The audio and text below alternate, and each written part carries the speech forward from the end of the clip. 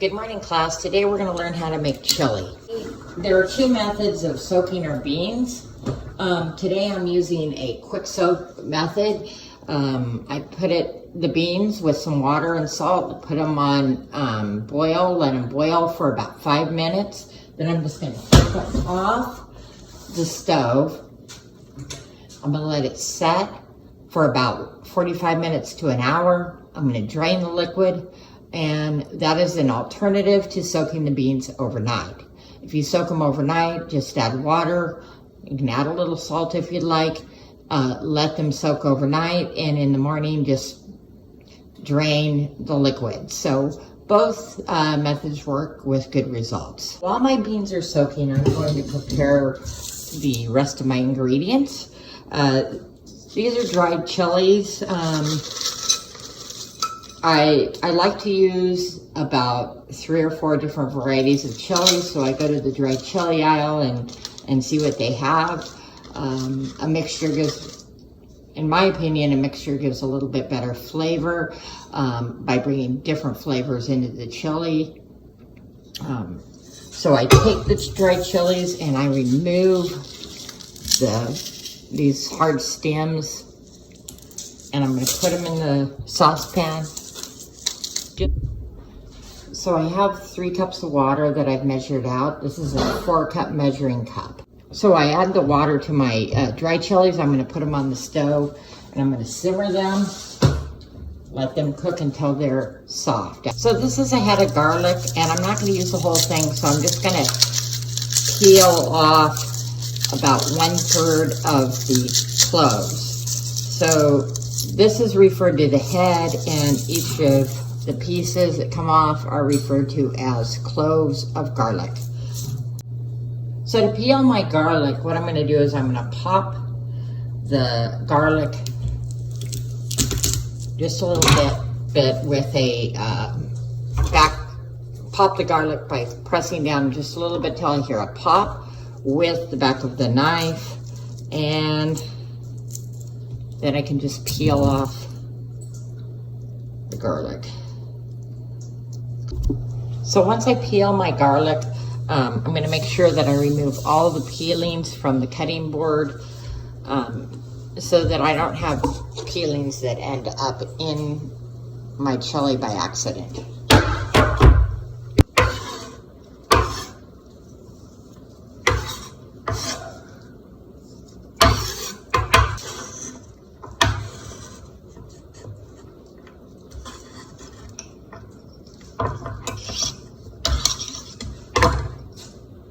I find that when you're going to peel a whole onion, this is kind of difficult to try to peel it, so I'm going to cut it up anyway, so I'm just going to cut off the ends. Cut off the ends. Then I'm going to cut it in half. Then after I cut it in half, I am going to just take and peel off the outer layer. Onion. So I'm just going to slice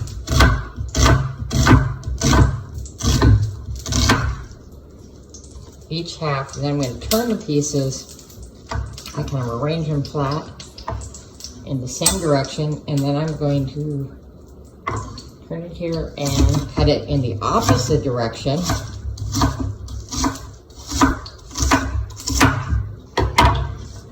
Gives me a diced onion. I'm going to set it aside. So I put my garlic into a little dish. I'm going to set it aside until I'm ready to use it. So I've cooked my onions until they're soft, and now I'm going to add the ground beef. I'm going to tear it a little bit. I like to let it sit out about 20 minutes before I use it, so it isn't ice cold when I put it into the pan. And then I gotta wash my hands again because I've handled raw meat, and then I need to clean the counters, make sure they're sanitary before working in the kitchen. So my peppers are soft, and I have removed them from the heat. I'm just gonna let them cool. I'm gonna need to let them cool because I'm gonna blend them in the food processor. So I'm stirring my meat, I'm breaking it up a little bit and letting it cook in with the onion.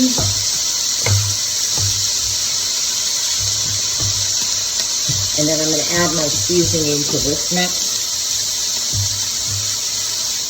So I've completed my quick soak of my beans, and I'm going to drain them in the colander over the sink.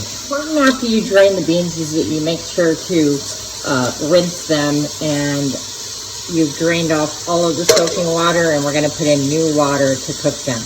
I'm going to cook them in a pressure cooker, so they'll be done in about 25 minutes. So when I cook beans, I usually cover them with fresh water, not too much water, so about half an inch of water over the beans. So this is fresh oregano that I'm going to use, and the way I use fresh oregano comes from a plant. When you buy it in a spice jar, they just dry the leaves, and to use the fresh oregano, you can pull off the leaves, but I like to just kind of go like this and kind of strip them off. And then I could add the individual leaves right into the hamburger mix. So I'm going to add 1 fresh jalapeno, and I'm going to add a can of chipotles. So I cut up my jalapeno, and then I added that into the pan as well.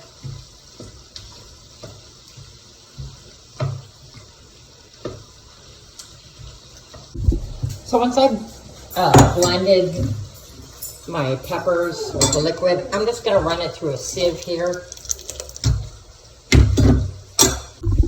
So it's really important that I just keep working this to get all of the paste that I can reserve through the sieve, so I don't just end up with orange water.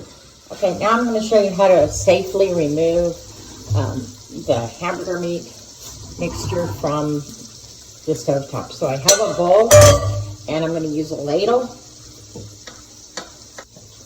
So now I'm going to take my ladle. I'm just going to dish up some of the meat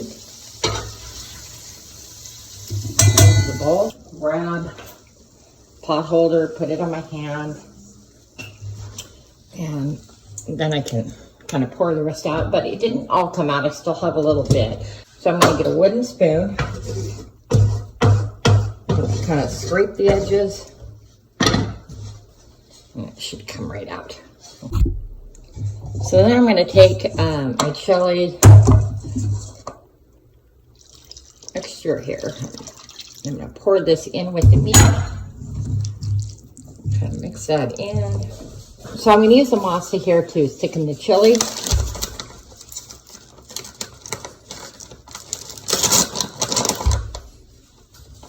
So this is flour from dried corn. Corn contains starch. Starches are used to thicken sauces. So I'm going to sprinkle this in, just kind of mix it in.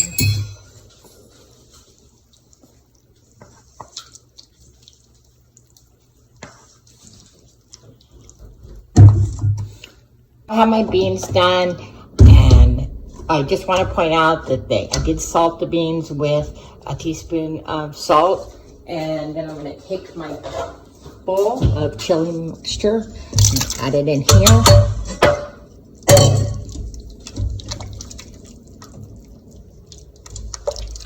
And we're just going to let everything slow cook for about an hour, and it should come out good.